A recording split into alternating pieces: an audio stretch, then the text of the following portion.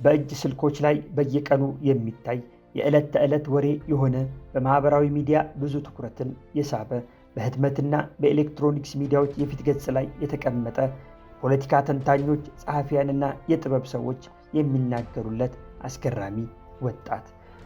ብዙም በዜጎች የሚወደዱ መሪዎች በማይገኙባት አፍሪካ ዜጎቹ በየዕለቱ ነፍሳቸውን አስይዘው ቀናቸውን ሰውተው በስስት የሚጠብቁት ጥቁሩ አልማዝ የሀገረ ቡርኪና ፋሶ ወጣት መሪ።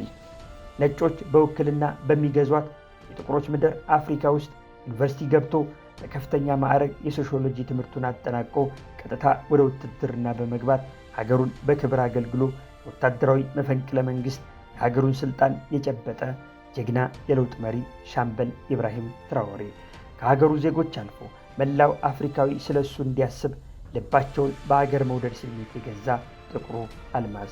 መፈንቅለ መንግስት ስልጣን የያዘው ትራኦሬ ለ5 ዓመታት ሀገሩን እንዲመራ የተመረጠ ሲሆን በበዓለ ሲመቱ ላይም እመኑኝ ቡርኪና ፋሶን ታላቅ እናደርጋታለን፣ እንግዲህ ክብራችንና አንጡራ ሀብታችንን ለማንም አሳልፈን እንደማንሰጥ ቃል እንገባለን ብሎ የተናገረው በበርካታ ሀገሬው ውስጥ ትልቅ ተስፋ እንዲያደርባቸውና አገራቸውንም እንዲያገለግሉ ለማድረግ የድል ችቦን ለኮሰ።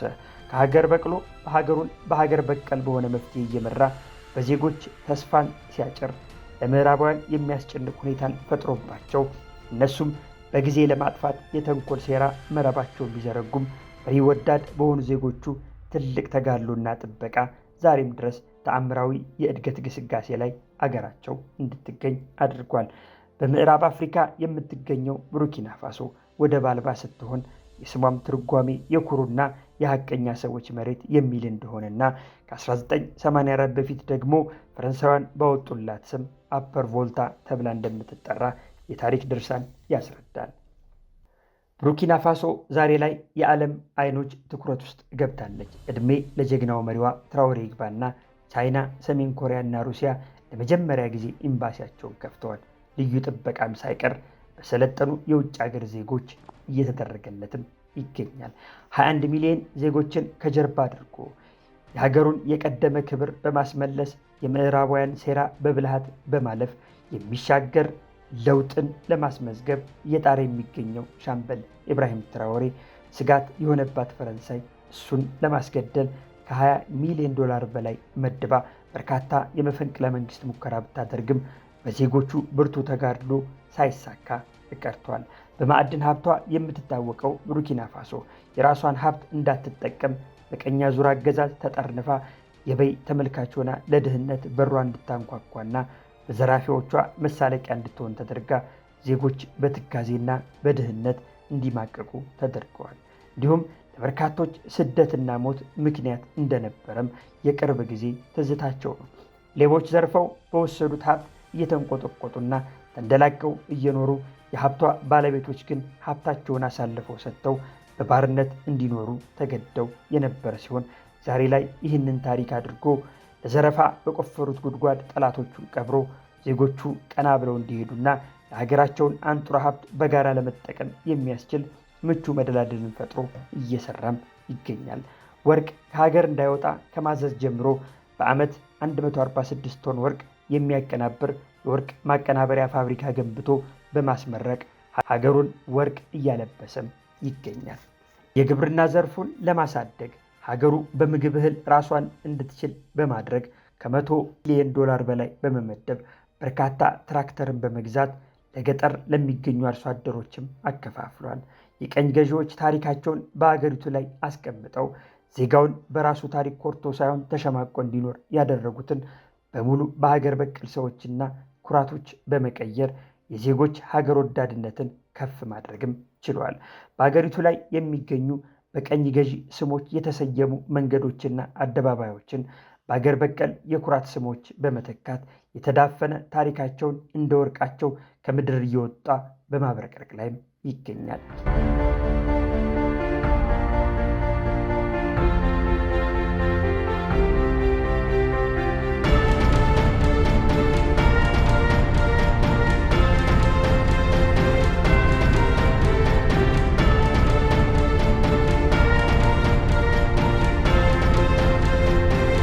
የሄደበት ያለው መንገድ በጥቁር አፍሪካውያን ዘንድ አግራሞትን የጫረ ሲሆን ለሀገሩ መልካም ሐሳብ ያለው በሙሉ በበጎ ቅናት ለሀገሩ መሪ እንዲሆን የማይመኘው የለም።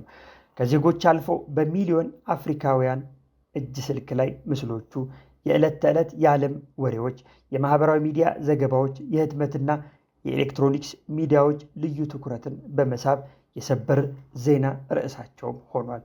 በምዕራባውያን የስም ማጥፋት ዘመቻም ተከፍቶበት ዘራፊ እንደሆነና የሀገሩን ሀብት ለግል ጥቅም እየተጠቀመ እንደሚገኝ ቢብጠለጠልም የሀገሩ ዜጎች ጆሮ ዳባ ልበስ ብለው በማይታማበት በማማት ሩጫውን ለመግታት የሚደረግ መሰናክል ነው በማለት ጥቅማቸው የተቋረጠባቸው ዘራፊዎች ሴራ ነው ሲሉም አጣጥለው በሚችሉት መጠን አገራቸውንና በሳል መሪያቸውን እየደገፉም ይገኛሉ። በሀገረ ቡርኪና ፋሶ ትልቅ ተስፋን ይዞ በመምራት ሀገሩንም ሀገሬውንም በሞቀ ሕይወት ለማስቀጠል የሚታተር ከ20 ሚሊዮን በላይ ዜጎቹ አመራሩ የተመቻቸው በየአደባባዩ ድጋፍ እየጎረፈለት ያለ በሳል መሪ አመራር ዘይቤውና የዜጎች ተቆርቋሪነት በብዙ ጨቋኝ ሀገራት አልተወደደለትም፣ በጥሩ ዓይንም አልተመለከቱትም። የጥቁሮች ምድር የሆነችው አፍሪካ ውስጥ ሀገር በቀልና አህጉር በቀል በሳል መሪዎች ወደፊት መጥተው የውስጥ አቅምን ተጠቅመው ለመለወጥ ሲጥሩ በዶላራቸውና በስግብግብ ዜጎች ትብብር ለማጥፋት የማይፈነቅሉት ድንጋይ የለም። ጨለማውን የአፍሪካና የአፍሪካውያን ጉዞ በወፍ በረር ብንቃኝ ብቅ ያሉ መሪዎች በአጭሩ በተጎነጎነ ሴራ ተቋጭቶ ለቅሷቸው እንኳ እንዳይደምቅ ሐውልታቸው እንዳይቆም የተደረጉ ስንቶች እንደሆኑ የቅርብ የመጽሔት ገጽ ላይ የሚገኙ ሀቅ ሆኖ እናገኘዋለን። ከሰሞኑ የዓለም ሚዲያዎች የፊት ገጽ የሆነው የአፍሪካው የጥቁር መሪ ለሀገሬው ምቹ ሆኖ ለምዕራባውያን ስጋት ሆኖ ሀገሩን የማሳደግ ሩጫ ላይ ይገኛል። ርብጣ ዶላሮች ፈሰው ነፍሱን ለመንጠቅ ቢሯሯጡም እሱ ግን ሀገሩን ከድህነት አውጥቶ በለውጥ ጎዳና ላይ ለማራመድ ይበጃል ያለውን ሁሉ እየከወነም ይገኛል። በተለይ 8 ሜጋ ፕሮጀክቶች በሀገሩ ተግባራዊ በማድረግ የሀገሬው ዜጋ ወደ አዲስ የሚጨበጥ አሳማኝ የለውጥ ምዕራፍ እያሻገረ መገኘቱ በበርካቶች ዘንድ ተወዶለታል። በምዕራብ አፍሪካ ዘንድ ቀይ ወርቅ ተብሎ የሚጠራው ቲማቲም በቡርኪና ፋሶ ምርታማነቱ ከፍተኛ የነበረ ሲሆን ከተወሰኑ ዓመታት በፊት ትኩረት ተነፍጎት የተረሳ ምርትም ሆኖ ነበር። የለውጥ ቀያሹ ትራዎሬ የመጀመሪያ ትኩረት በመስጠት አልንቀሳቀስ ያለውን የአገሪቱን የቲማቲም ምርት አፈሩን አራግፎ በዘረጋው የቲማቲም ፕሮጀክት ገቢን ከማሳደጉ ባለፈ ከፍተኛ የሥራ ዕድልን መፍጠር ችሏል።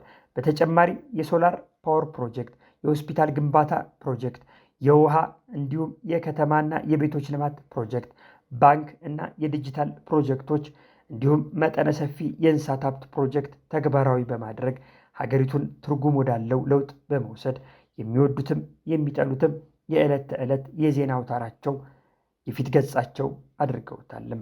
ሀገሩን የሚወድ ዜጋውን የሚያከብር መሪ በቅርቡ እንግዳ በሆነባት አፍሪካዊት ሀገር ቡርኪና ፋሶ እንደ ማዕድናቸው ከሀገራቸው ተቆፍሮ በብልሃት የወጣ ልጃቸው እየተመራች ለአፍሪካ ምሳሌ ሆና በድምቀትም እየቀጠለች ትገኛለች።